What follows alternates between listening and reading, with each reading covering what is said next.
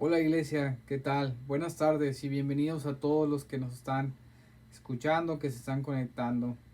Sabemos que seguimos en estos tiempos difíciles, pero confiados en que la palabra de Dios es la que nos trae el verdadero alimento, la verdadera esperanza. Así que es un gusto hoy compartir con ustedes la palabra de Dios. Seguimos con la serie Lo raro es normal. Recuerden que así le titulé al estudio que estamos teniendo del libro de Santiago, que trato de hacer alusión a la importancia de ver las cosas de Dios como las normales y no las cosas del mundo como las que dice el mundo que son normales. Él nos estuvo compartiendo y desafiando en muchas circunstancias sobre lo que significa nuestra lengua, el impacto que tiene. Recuerdan, hemos aprendido de eso. También estuvo el último sábado compartiendo con su esposa lo que significa la oración en medio de dificultades. Y gracias de verdad, él y Shaila, porque estuvieron aquí con nosotros. Nos quedan más capítulos todavía del libro de Santiago. Hoy vamos a ver el capítulo 4, pero después de mí siguen otros fines de semana con nuestro hermano Tomás Vidal. Él estará con nosotros compartiendo también y está ya preparando a full todo lo que Dios le está hablando. Así que es una bendición eso también. Bueno, entramos de lleno al capítulo 4 para saber qué Dios quiere hablarnos, qué Dios quiere decirnos. ¿Les parece? Bueno, nosotros seguimos por Canadá. Sandra está haciendo unas cosas. Hoy tenemos una visita a otra iglesia, entonces estamos ahí apurados por todas las situaciones, pero ha sido un tiempo muy bueno y muy bendecido. Hemos visto cómo la iglesia no es solo nuestra comunidad en México, sino que representa más allá de eso, y eso ha sido muy hermoso. Hoy justamente estamos invitados a una iglesia latina y eso llena de mucho gozo. Primero porque voy a hablar español, segundo porque encuentro hermanos de mi país haciendo ministerio acá entre la comunidad latina, porque al parecer es más grande de lo que pensé. Entonces me llena de gozo saber que hay un ministerio especial para esta comunidad que llega, que quiere buscar oportunidades, que quiere hacer una vida en Canadá y que también pueda hacerla por medio de una comunidad en espíritu que es la iglesia misma. Entonces me lleno de gozo de eso. Bueno, sin más, vamos al capítulo 4. Santiago nos va a hablar, como siempre lo sabe hacer, directo y profundo y doloroso. Y aquí creo que son las palabras más claves. Él nos va a hablar directo, profundo y doloroso. Capítulo 4, versículo 1. Voy a leerles en adelante. Acompáñenme los que estén por ahí con sus Biblias. Vamos a empezar.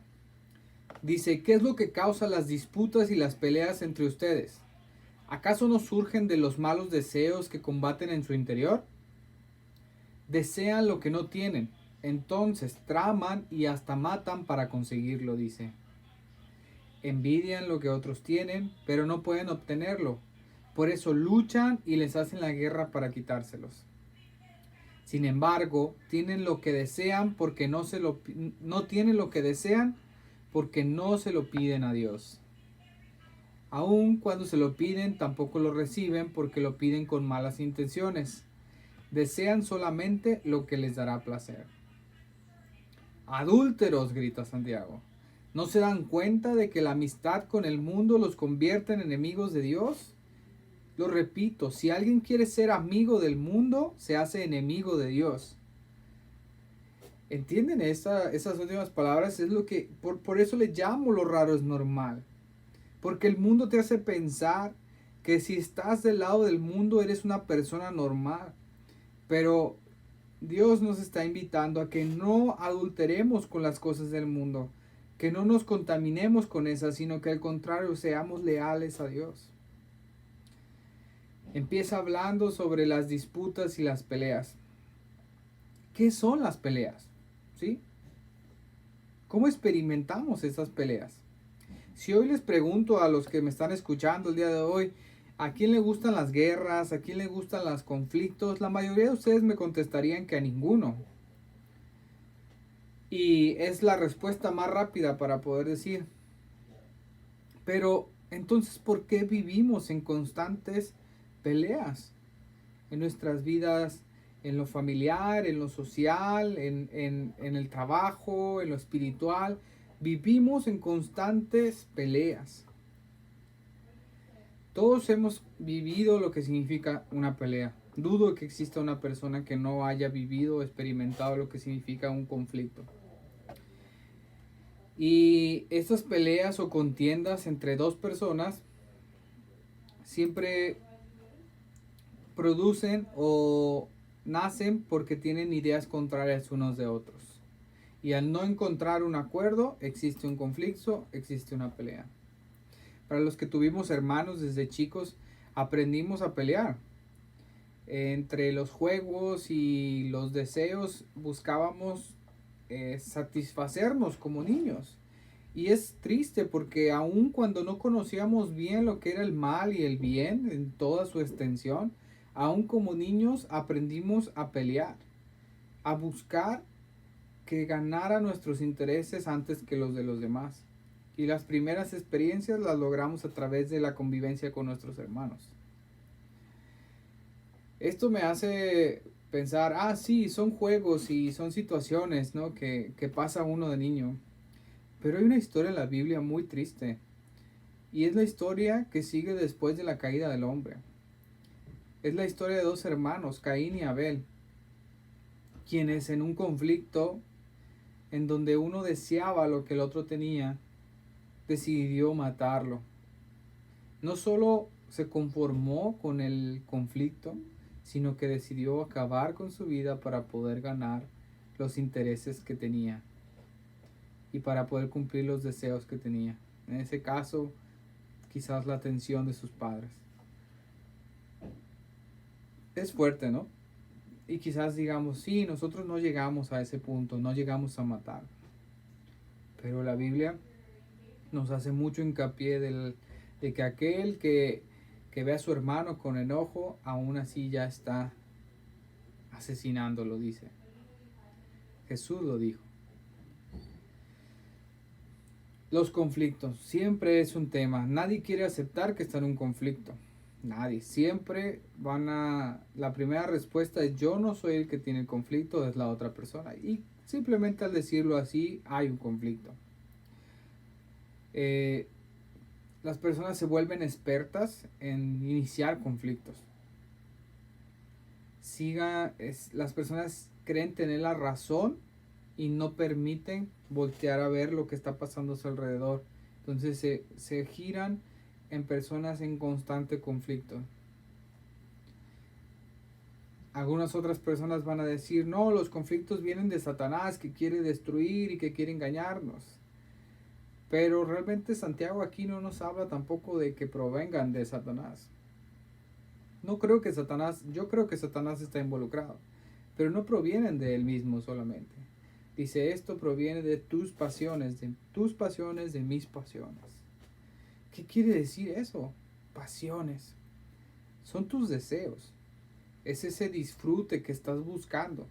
Deseo de tener éxito, deseo de tener talentos, de usar dones, deseos de relaciones con otras personas, deseo de alimento, de vestido, de diversión, de cualquier necesidad son tus pasiones. La necesidad que tienes, el deseo que tienes por otras cosas. Y todos hemos tenido estos deseos. El problema no es que tengas los deseos. El problema surge cuando el mundo frustra tus deseos, ¿sí? Y se convierten en pasiones que dan como resultado conflictos.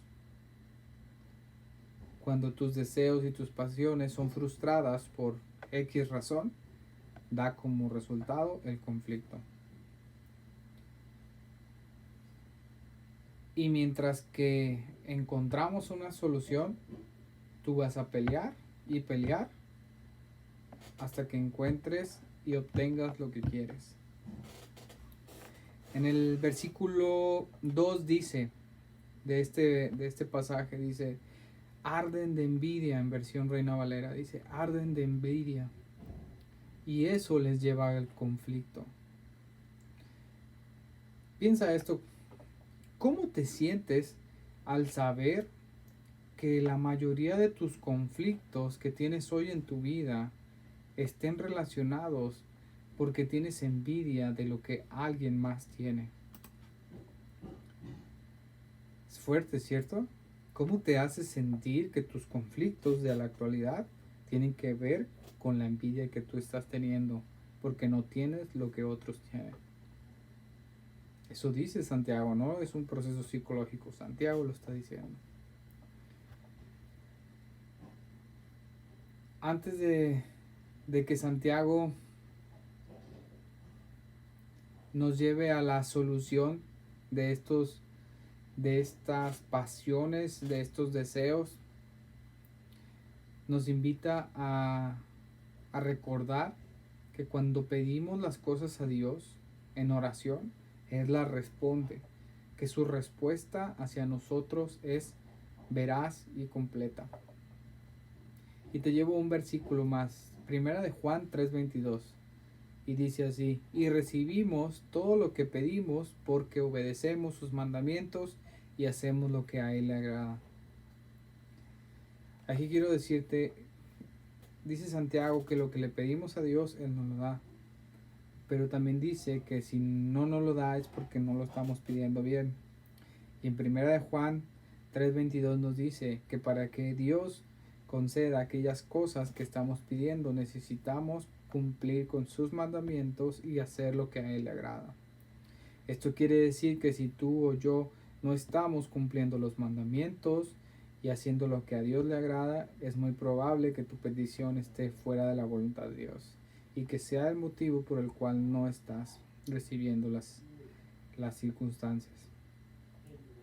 Es fuerte, es real, pero es el camino para llegar a estar en la voluntad de Dios.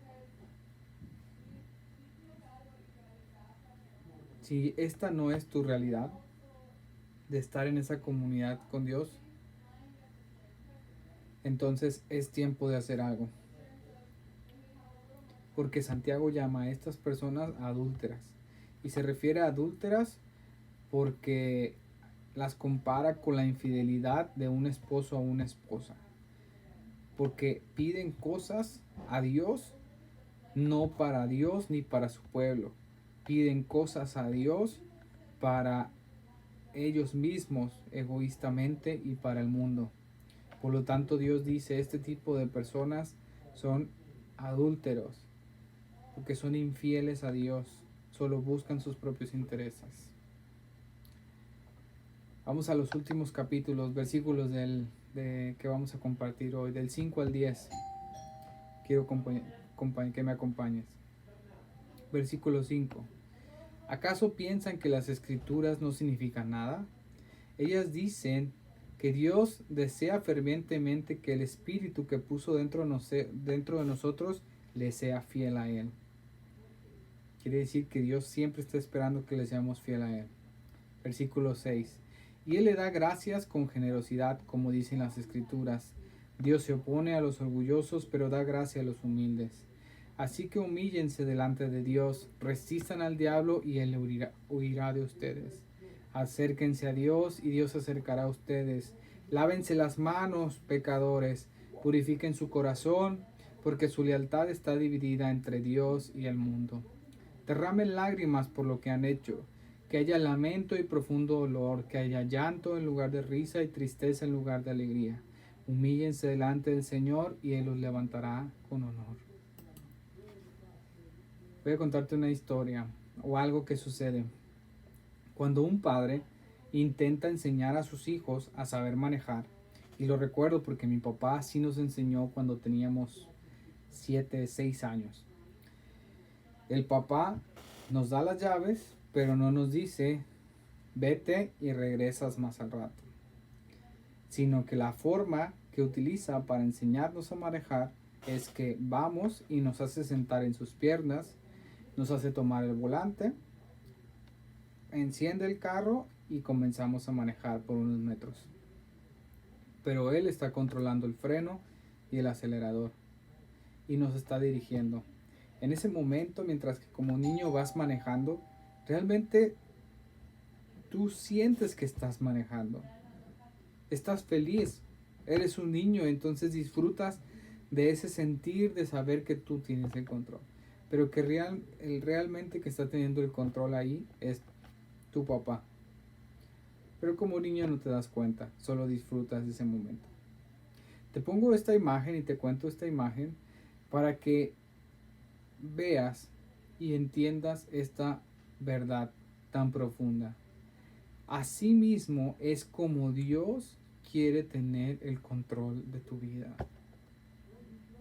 Así como esta imagen que yo te presenté del padre sentando a su hijo para poder manejar, así es como Dios quiere tener el control de tu vida.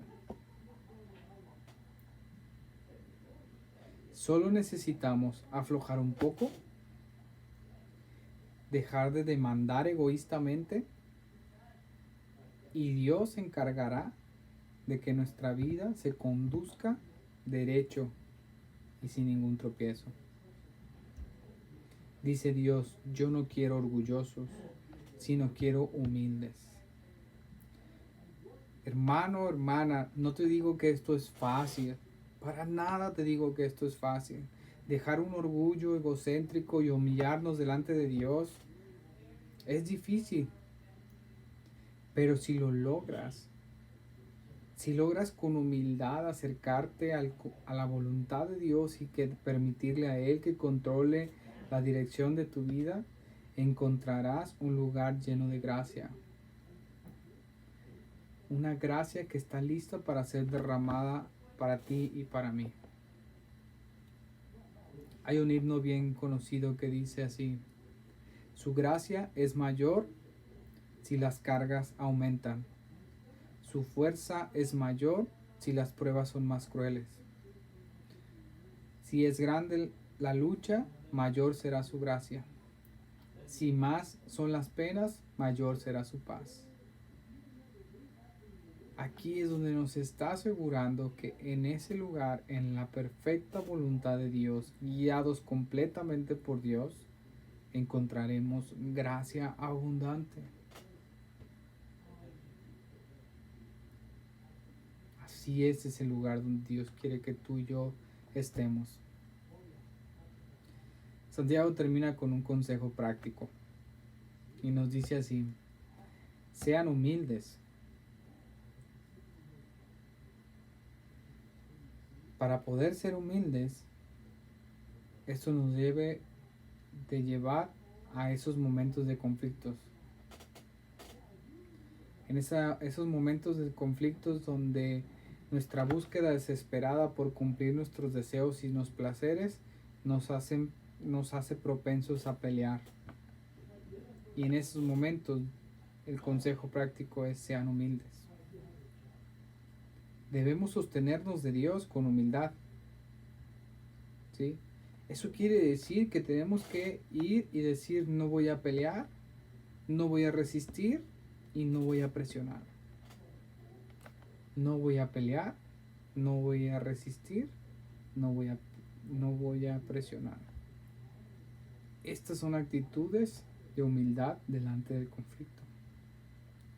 Al contrario, sí, lo que sí tienes que hacer es rendirte, renunciar y abandonar. Esto requiere muchísima humildad. Pero el Espíritu que vive en ti sabrá cómo ayudarte. El mundo siempre te va a decir: pelea, resiste, presiona para lograr lo que tú quieres. Siempre el mundo va a decirte eso. Es la filosofía del mundo. Siempre va a animar a las personas a pelear, a luchar, a presionar. Pero Dios nos invita a rendirnos, a renunciar y a abandonar. No porque seamos cobardes, sino porque damos el lugar a quien está detrás de nosotros, que es el Espíritu Santo, que es Dios mismo luchando la batalla. Porque es más una batalla espiritual que una batalla de intereses. Es una batalla en contra de envidias, de egoísmos que viven dentro de nosotros. Hasta este punto espero que estés entendiendo este mensaje, donde nos está retando y confrontando en nuestros conflictos.